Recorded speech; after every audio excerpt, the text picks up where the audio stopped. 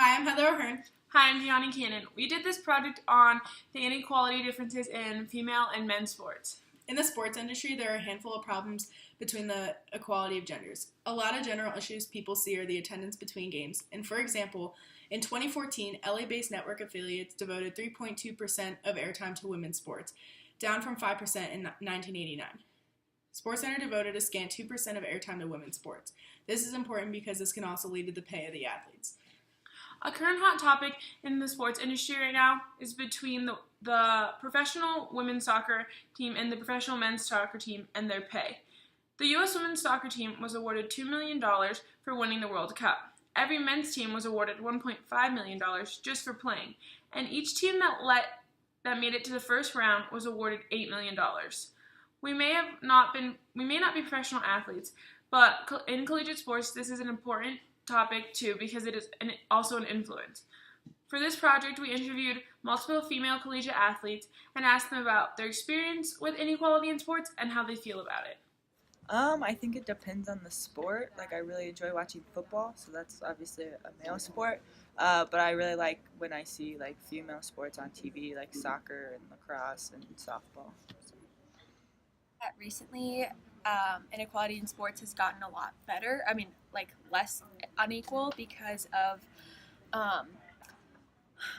like the NFL like allowing women and like potentially allowing like female staff as well. Also, athletic coaches have now been more prominently women, with the first NBA female coach, and also I think that the women's soccer team, the U.S. women's soccer team, will also win their case as far as fair wages for athletics.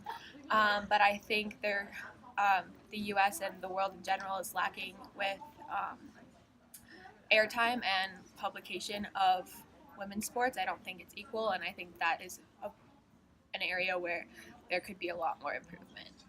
Yes, I have, and it's like prevalent when we have games and the boys also have games, and we have no fans, and then like the boys have fans, and just the boys get like T-shirts to throw at the crowd, and we don't get anything. We have to like wave or something to like our parents, and like the boys have like the frats and like the other athletes and other just people in general that want to see them play.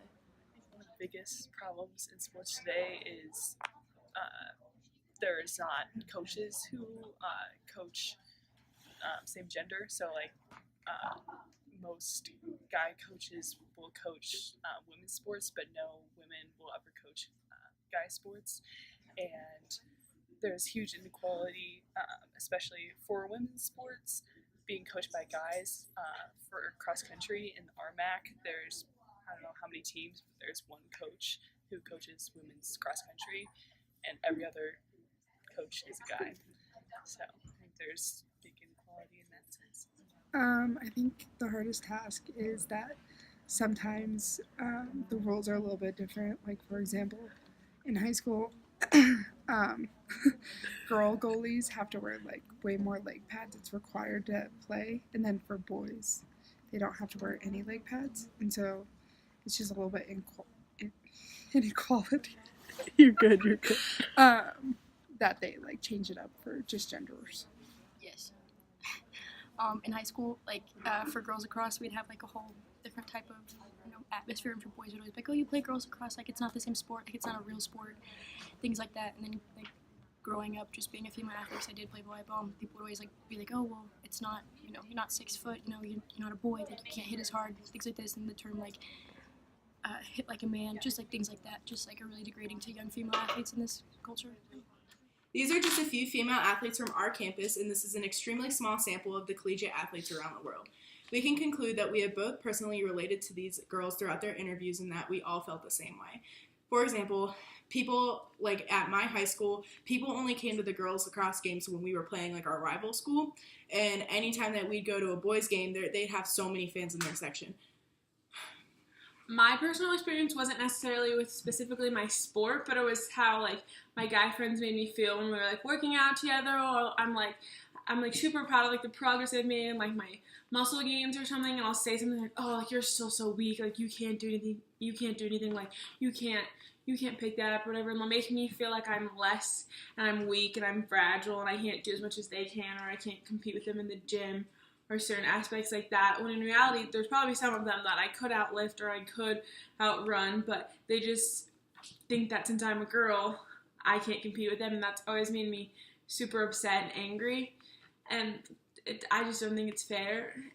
We tried to think of a few ways to where we could like figure out like how women as like a whole could change how we're treated in the sports world and how boys are, but I think that would just be so hard, and I'm not saying it can't be done, I'm not saying things can't get better and things like that, but I'm saying I think we're just so far like gone, and that so many older men think that girls are like weaker, and that they've taught their sons that girls aren't as strong and you gotta be careful with girls and they're fragile and like their sports just aren't as exciting, and then those boys will later on grow up to teach their sons that, and I think it's just a whole process, and I think even some girls also believe that they're not as good as men, or their sports aren't exciting, or they feel less, and they just accepted it. And as sad as that is, I think it's going to be so difficult to try and break this pattern, this unhealthy pattern of girls aren't as athletic and their sports are boring and they're not as fun to watch, like, which isn't the case at all. But I think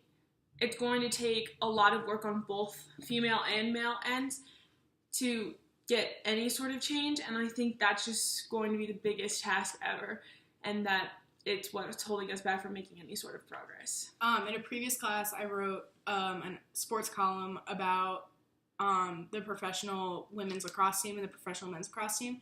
The men's lacrosse team got their team in the 1980s or the 1990s, and the women's professional league didn't get implemented until 20 years after. So it just shows that they focus heavily on making sure that the men get their teams first and then the women's get like the leftovers. So I think that's super important to point out, especially in this case, because some schools, some D1 schools have men's lacrosse teams, and some D1 schools or D2 schools like still don't have a women's lacrosse team.